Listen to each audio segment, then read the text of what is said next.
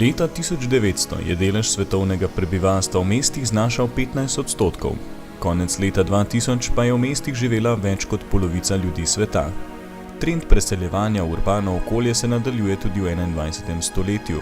Mesta se hitro širijo, a hkrati se krčijo naravna območja. Posledica hitre rasti mest je padec kakovosti življenja, hkrati pa nastajajo težko obvladljivi ekološki problemi. Kljub temu, da se mesto Dunaj uvršča med 437 mest, ki imajo vsaj milijon prebivalcev, se po rezultatih ankete o kakovosti življenja uvršča v sam vrh svetovne lestvice.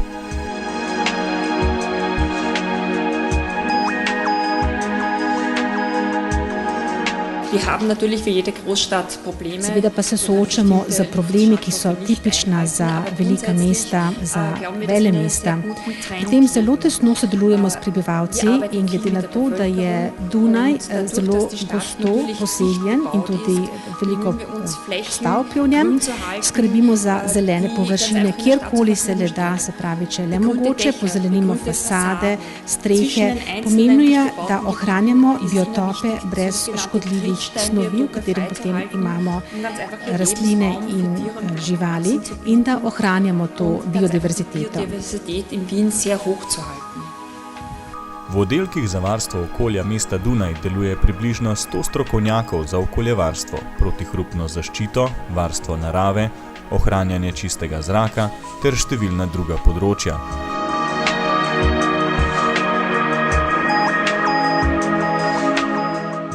Še vedno je največji izziv velemest, tako po Evropi kot po svetu, ohranjanje kakovosti zraka v mestu.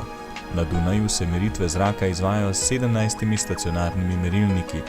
Količnik kakovosti zraka je določen na podlagi največje izmerjene koncentracije škodljivih snovi.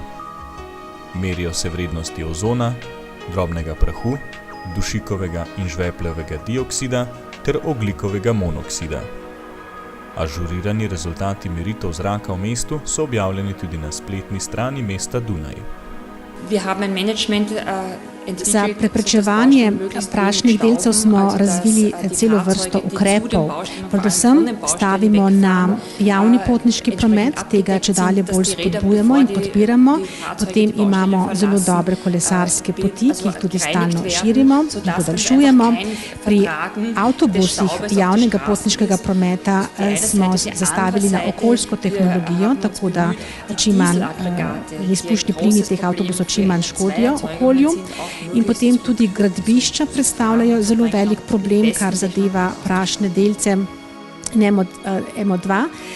Tu pazimo na to, da vozila, ki vozijo do gradbišč in od njih, da so primerno pokrita, tako da povzročajo čim manj prahu. Prav tako tudi pri dizel agregatih, tudi pri teh pazimo, da se jih čim manj uporablja.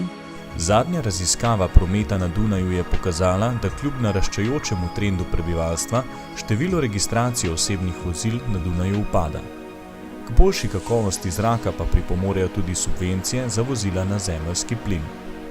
Ta proizvedejo 20% manj ogljikovega dioksida, 85% manj dušikovega dioksida in 90% manj emisij ozona kot bencinska vozila.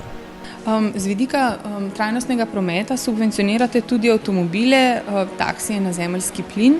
Lahko poveste več o višini subvencij, številu taksijev, ki jih imate na Dunaju in pa kako so sicer Dunajčani navdušeni nad avtomobili na zemeljski plin, pa morda tudi število črpalk na Dunaju, ki jih imate. Moram povedati, da to spodbujanje ni tako dobro sprejeto pri prebivalcu, kot smo to upali, čeprav ta projekt poteka že od leta 2007. Podpiramo nakup zasebnih avtomobilov na zemeljski plin, takih imamo trenutno 300, se pravi 300 zasebnih, in pri zasebnih te subvencioniramo z maksimalno 1000 evri na vozilo. Poleg tega imamo tudi 100 taksijev na zemeljski plin, ki jih potem subvencioniramo za 3000 evri oziroma maksimalno 3000 evri na vozilo. Ob tem pa imamo tudi 15 črpalk za zemeljski plin. V skladu z regulativo prometnega režima mesta Dunaj se Dunajčani po mestu vse pogoste vozijo tudi z javnim prevozom, ki spada med najmodernejše in najpogosteje uporabljene javne prometne sisteme v Evropi. Podzemna železnica povezuje predmestje s središčem mesta, tako da prebivalci parkirajo avtomobil na obrobju, potem pa uporabijo javni prevoz. Približno 35% vseh poti Dunajčani opravijo z javnimi prevoznimi sredstvi.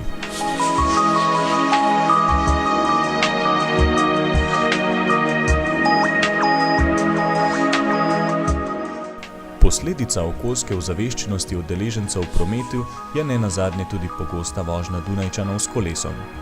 Uporaba kolesa v času od meseca aprila pa do oktobra se je v zadnjih 10 letih povečala za 40%.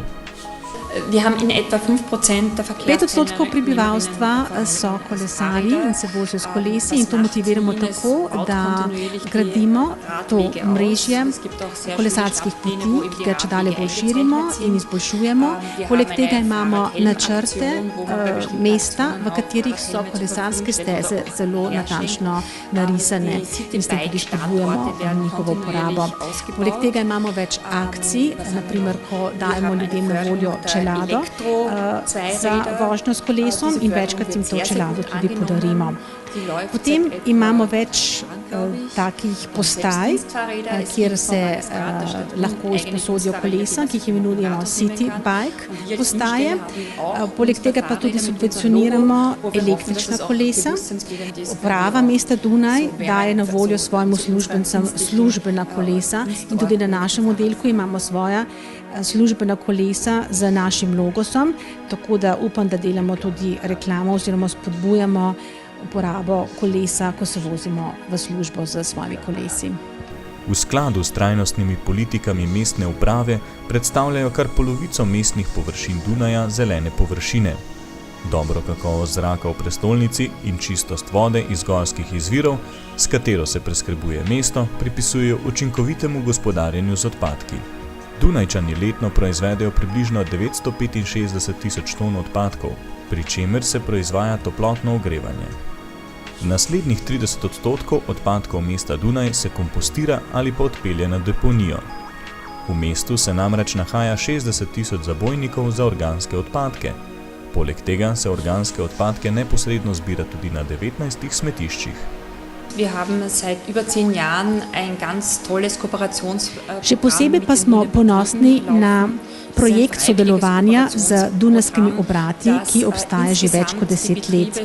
Ta poteka na prostovoljni bazi in za njega tudi nudimo brezplačno svetovanje. Zakaj se dunajski obrati tega udeležujejo, zakaj sodelujejo pri tem programu? Prednost za njih je, da najkasneje v 2 letih prihranijo zelo veliko stroškov. Za nas in za okolje pa imamo veliko manj odpadnih snovi. Naprimer, izračunali smo, da nam je uspelo, da smo lahko preprečili toliko odpadnih snovi, ki bi napolnile nogometni stadion. Za tole enega in še pol takega stadiona toliko manj odpadnih snovi smo imeli, zmanjšuje se potem tudi CO2 zaradi manjšega transporta. Se pravi, ukrepi za okolje so velikanski in kot sem omenila, tudi za dunajske obrate se to sodelovanje splača, saj najkasneje v 1 do 2 letih se potem to za njih obrestuje.